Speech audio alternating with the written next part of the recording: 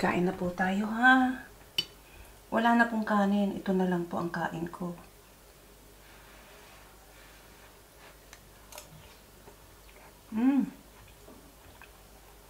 Panalo.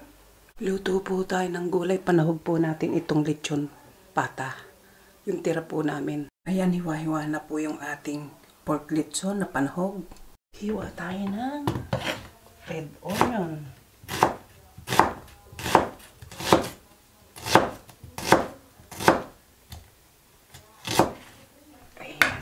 Hiwain po natin. Hiwa-hiwalay po natin ganyan. Hiwa po tayo ng bawang. Pinuhin po natin ng konti. Ayan. Ayan po. Hiwa po tayo ng chili.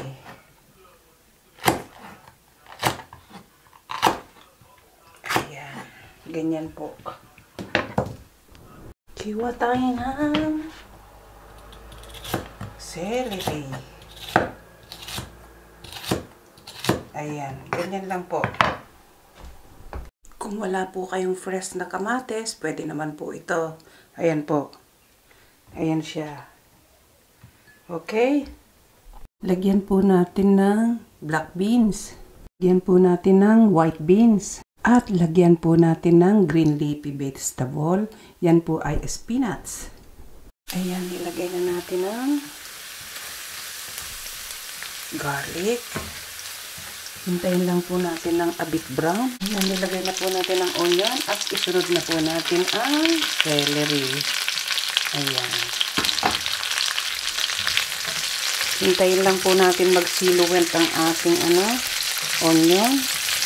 Then, ilagay na po natin ang ceiling green. Ayan, magsisilhouette ng ating onion. Pwede na po natin ilagay ang chili. Kaya kung pinuo na to, kasi po ang tomato natin, okay na. Ilalagay na lang natin ang tomato. So, ito po lulutuin natin. Kasi puro luto na lahat po yan. Frozen po kasi yung mga seeds. Sige po. Lagyan na po natin ang sahog na hiwa-hiwang lechon. Ayan. Tira-tira lang po namin yan. Mukhang hindi na po kayang kainin. Kaya ilagay na lang natin panahog. Sabi ko nga, panahog ko na lang. Kaya ayan, panahog ko siya. Ayan, haluin natin.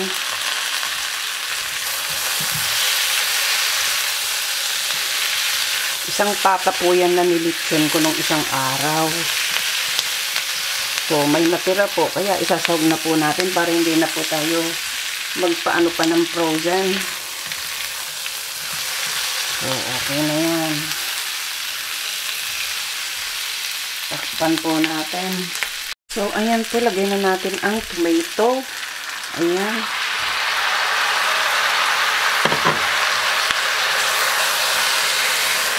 Para hindi na po tayo magluto ng silaw. Yan na lang ilagay natin. Hindi po tomato sauce yan. Kundi yan yung in can na tomato na yun. Talagang ready na panggisa. So, ayan. Pakuluan po natin. Then, maglagay na po tayo ng mga gulay natin. So, ayan. Takpan po natin para kumulo. And then, ilagay na po natin ang mga kidney beans natin at saka ang white beans po. Isang kulo lang po. And then, lagay na natin. So, ayan. Lagay na po natin ang kidney beans. Ayan. Lagay na natin.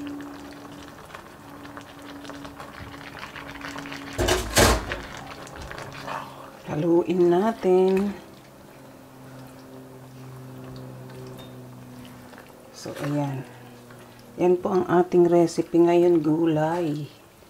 Pakuluin natin and then, lagyan na natin yung isa. Ganun po.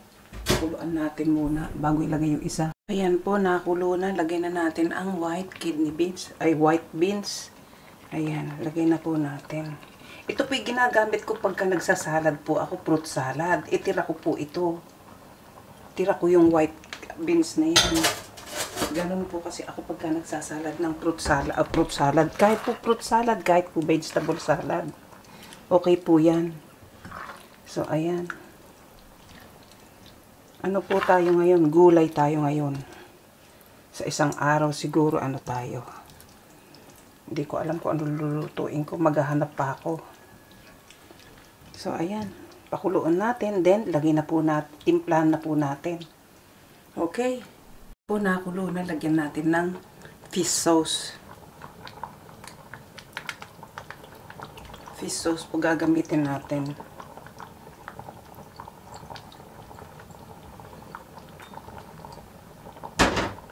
Haluin. Bango ng fish sauce. Lagay na po natin ang paminta. Ayan. Lagyan po natin ng sesame oil. Ayan. Haluin natin. So, ayan. Ang sarap sana kung may ampalaya, no? Ampalayang dahon. So, ayan.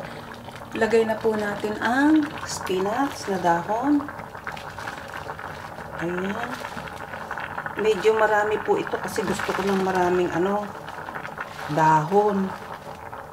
Bahala na. Bahala na dyan. Basta't gusto ko ng maraming dahon. Sarap. Ayan. Sana ang palaya ito.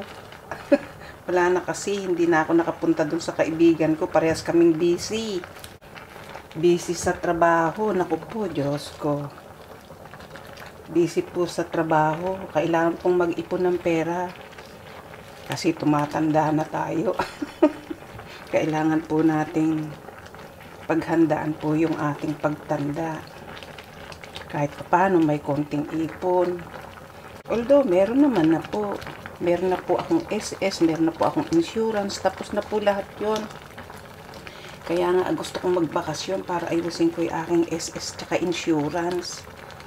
May certificate na ako sa insurance. Kaya, yun po ang aking pangarap sa pagtanda ko. Ayokong pabigat po. Wala po kasi akong anak. Pamangkin lang po talaga ang aking yung mga pinag-aral kong pamangkin ko, yun po. Ayan, nakasarap. Ay na yung buto, oh. Kitang-kita yung buto. Ayan, takpan natin.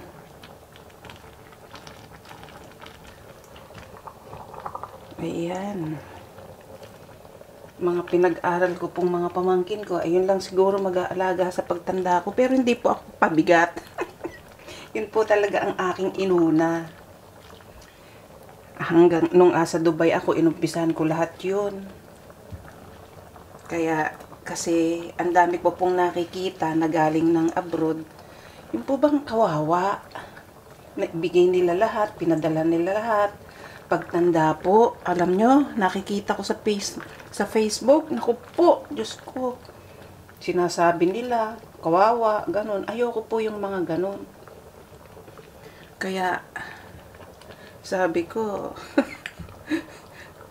pagtanda ko, hindi mahihirapan yung mag-aalaga sa akin. Pero ayoko po kasing magpaalaga sa mga pamangkin ko. May sarili naman po akong bahay. Ayoko pong sumuno sa kanila. Kasi po, alam nilang ang ugali ko po talaga, perfectionist po kasi ko. Kaya, nako po, hindi po tatagal yung mga asawa nila. Pamangkin ko, yung isang pinag-aral ko, pamangkin ko, lalaki. Tapos, asawa niya mabait po. Siya po yung lagi kong nauutusan na bayaran yung ganito, ganon. Tapos yung isang babae naman po na napagtapos ko, sa Alabang. Maganda na po ang buhay ng pamangkin ko na napag-aral ko. Alabang po, seaman po ang asawa. Kaya pagkakuan, sumusweldo ko dito, o siya po ang nagtatago ng pera ko. Sa kanya ko po pinapadala. Siya po ang mayawak ng pera ko. Pagka po dumating yung upa ng bahay ko doon sa Nueva Ecija, kasi pinapaupahan ko po yung bahay ko sa Nueva Ecija. Kaya yun, pagka ano po, doon ko inilalagay yung pera. Siya po ang namamahala doon sa upa. So, ayan. Short story po kasabay ng pagluluto. Ayan, sarap. Ayan, hintayin po natin muna bago natin tikman. So, ayan, tikman na po natin. Nako, sandamakmak talaga. Wala na pong kanin to. Hindi na po ako nagkakanin. Ayan, tikman na po natin ha. Ayan, tikman na po natin kung ano. Ay, hindi po ako maalat magtimpla. Plating na po tayo ha. Okay na po ang lasa. Ay, ang sarap. Ganito lang po ang mga gusto kong ulam. Kaya nga sabi ko, pagka ako'y magbabakasyon, naku, hindi ko na po kailangan ng ano, yung mga, ano po, mga meat. Kasi dito, ang mura-mura po ditong bili ng meat. Gulay po ang mahal dito. Kaya sabi ko, pag uwi ko, naku, pag uwi ko yan, kahit puro talbos lang ng kamote, talbos ng ampalaya, mabubuhay na ako. Kaya mahilig po ako kasi sa gulay. So, ayan, tikiman, ay, anuhan na po tayo, plating na tayo, ayan. Ayan, sandok na po tayo, ha.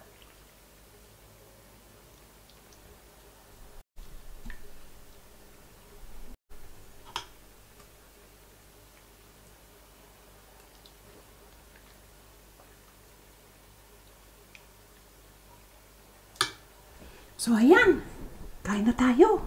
So, ayan, luto na, plating na, kain na. Ayan po ang aking kidney beans and white beans with pork lechon pata. Inspired of chili. Spicy chili. So, ayan po, kain na po tayo. Kain na po tayo. Tom Jones na po ako.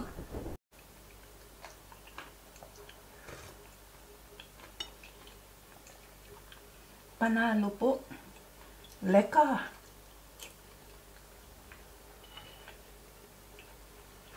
Ang sarap.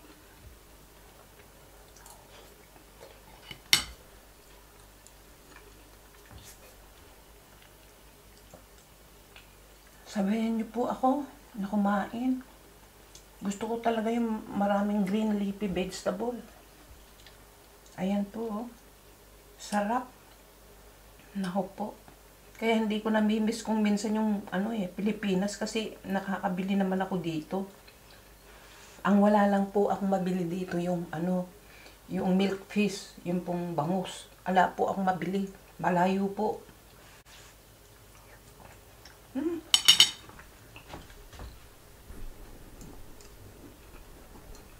Sarap. Kain po tayo. Sabayan niyo ako.